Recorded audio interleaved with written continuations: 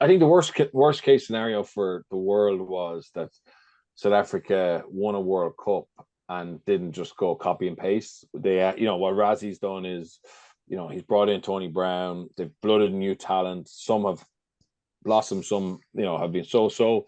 But he's found out about them. And they've won a rugby championship. To add to a list of trophies and accolades. That would be the envy of any country in the world, and they're in great position. The connection with the fans, the bond that squad seem to have, the humility around when players are left out, and putting the team first is second to none. But more importantly, and more dangerously, they now have an attack. I think that is very dangerous. You know what I mean? So they still have the set piece, still have a kicking game, still have power, and now they have an attack that has already come a long way in a short period of time.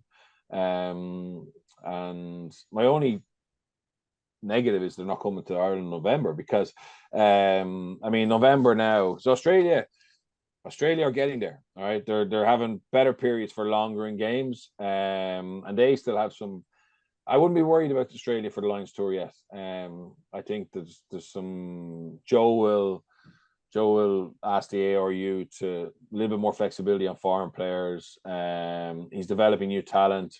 There's already talent in there. So Australia are coming to Dublin in a much better place than they were. Argentina, for the first time ever, beat Australia, South Africa, and New Zealand in a rugby championship. This is one game too far for them at the weekend, but they're really decent now. And if they get a scrum, they'll be incredibly powerful, incredibly dangerous. And obviously we have the All Blacks, who at times look incredibly exciting. So this November is going to be box office. But yeah, South Africa,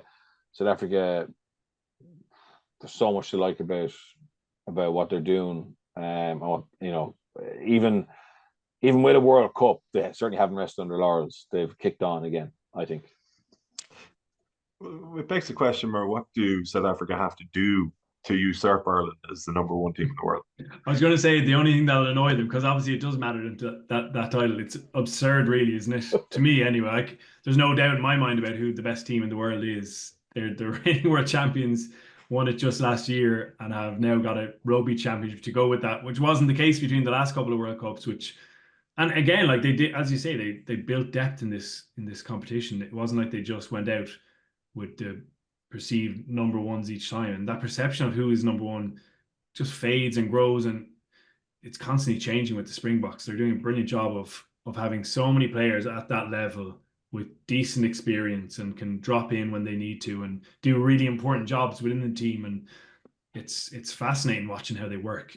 Jerry Flannery did a really good interview with Charlie Morgan in the Telegraph last weekend. It's worth looking at and checking out, just about how they have even developed the defensive side to become more adaptive to how they're changing attack and how many more turnovers there are, because it does come with potential weaknesses and opportunities for the opposition defense. So I find them intriguing to watch how the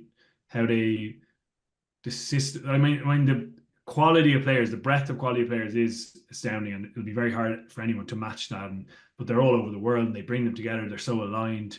It's a great setup. So, but I do think it'll annoy them that they're not number one. I never really understand the rankings at times. I know there's some great explainers out there and people who do a good job of doing that. But yeah, it was kind of comical, really, to be honest. Before the weekend even started, that World Rugby's kind of Friday statement reminded us all that they can't be number one despite being the rugby championship champions as well. But it's been a phenomenal time of success in a transition and kind of losing key figures, particularly in Niabber, but they've done a brilliant job of it, and Brown has added so much, as Birch is outlined there. So where they go next is really exciting.